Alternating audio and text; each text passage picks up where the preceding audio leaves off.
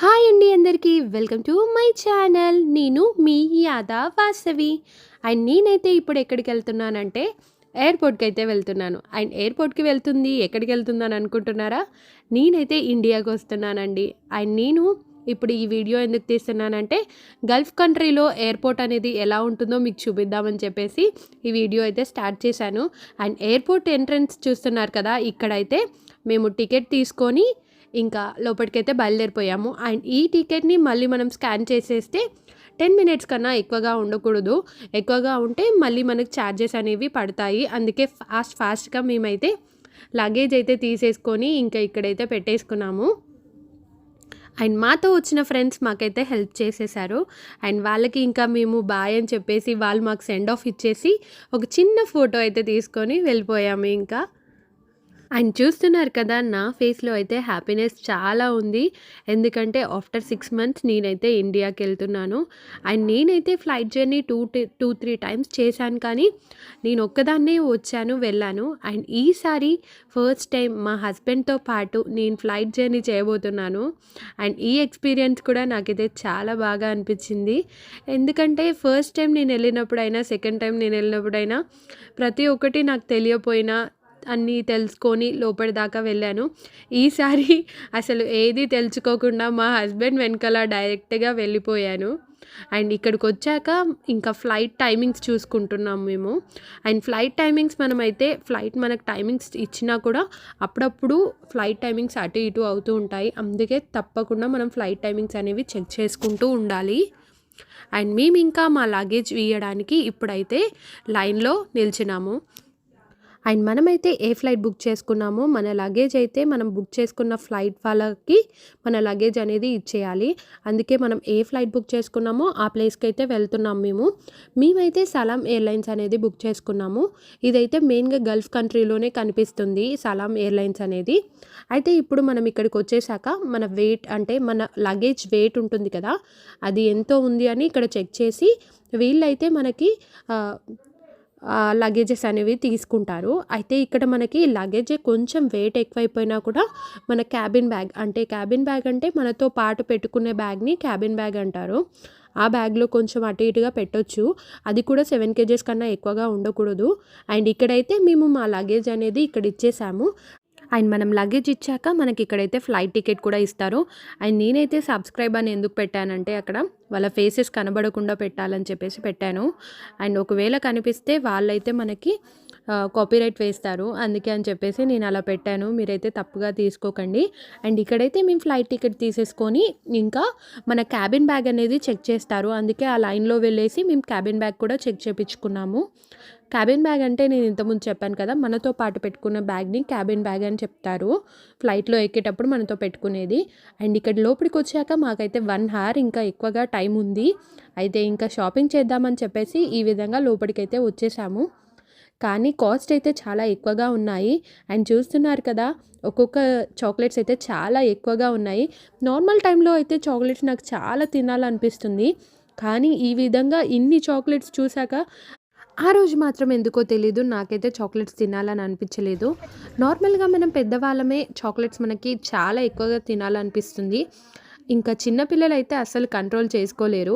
And ఈ ప్లేస్లో chocolates చూస్తేనైతే చిన్నపిల్లలు తప్పకుండా అడుగుతారు. అండ్ పేరెంట్స్ అయితే వాళ్ళని కంట్రోల్ చేయలేక చావాల్సిందే. ఎందుకంటే నార్మల్గా బయట కొనే కాస్ట్ కన్నా ఇంకా ఎయిర్పోర్ట్లో చాలా ఎక్కువగా ఉంది.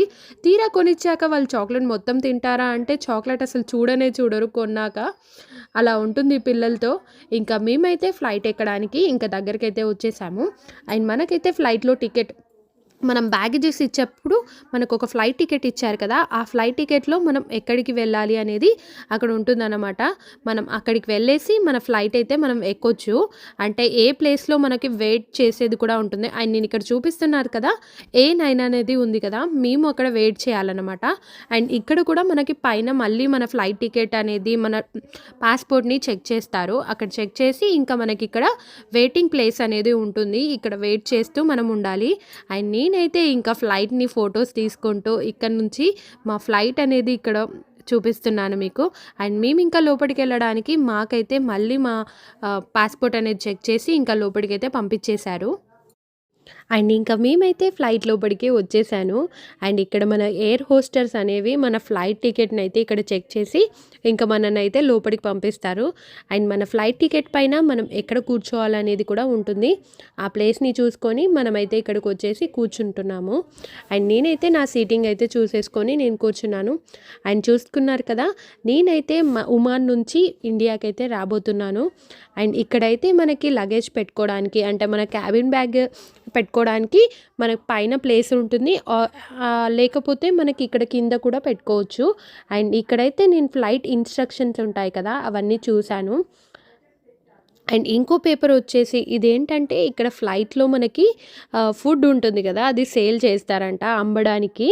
దానికి ఉండే మెన్యూ కార్డ్ ఇది. హోటల్‌లో మనకైతే ఎలా ఇస్తారో అలాగే ఇక్కడ ఫ్లైట్‌లో కూడా ఫుడ్ పెట్టేటప్పుడు మనకి ఏమేమి కావాలి అని చెప్తే దానికి కూడా మనీ తీసుకుంటారు. కొన్ని ఫ్లైట్స్‌లో అయితే ఫుడ్ ఫ్రీగా ఉంటుంది. కొన్ని ఫ్లైట్స్‌లో అయితే ఈ విధంగా కొనుక్కోవాలి. అండ్ ఇంకా ఫ్లైట్ అయితే స్టార్ట్ అవుతుంది అని చెప్పేసి ఎయిర్ హోస్టర్స్ అయితే అన్ని లగేజెస్ అయితే ఇంకా చూసుకుంటూ క్లోజ్ చేసి ఇంకా వెళ్ళిపోతున్నారు. అండ్ ఇంకా ఫ్లైట్ అయితే స్టార్ట్ అవ్వబోతుంది.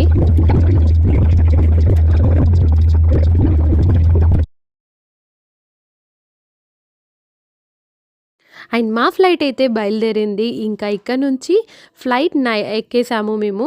నైట్ వ్యూ అయితే మస్కట్‌లో చాలా బాగుంటుందని చాలామంది చెప్తారు. అలా అని చెప్పేసి మేము నైట్ టైంలో బుక్ చేసుకున్నాం కదా! ఇంకా నైట్ వ్యూ అనేసి చూద్దాము మీకు కూడా చూపిద్దామని చెప్పేసి నేనైతే ఈ వీడియో తీశాను. చూస్తున్నారు కదా! నైట్ వ్యూ అయితే చాలా బాగుంటుంది మస్కట్‌లో. అండ్ ఇంకా మేమైతే ఇండియాకి స్టార్ట్ అయిపోయాం కదా! మస్కట్ నుంచి ఇండియాకి చూస్తున్నారు కదా! 2146 కిలోమీటర్స్ ఉంటుందంట అండి. ఇంకా మేమైతే వచ్చేసాము. ఇంకా 24 మినిట్స్‌లో అయితే ఇండియాలో అయితే దిగేస్తాము. అండ్ చూస్తున్నారు కదా! ఇంకా రీచ్ అయిపోయాము. మేమైతే ఇంకా ఫ్లైట్ అయితే కిందికి వచ్చేస్తుంది. అండ్ ఇక మేము ఫ్లైట్ అయితే దిగేసాం కదా! ఫ్లైట్ దిగేసినప్పుడు మాకైతే ఫ్లైట్‌లో చూపించారు టైమింగ్ అయితే 2:44 అవుతుంది.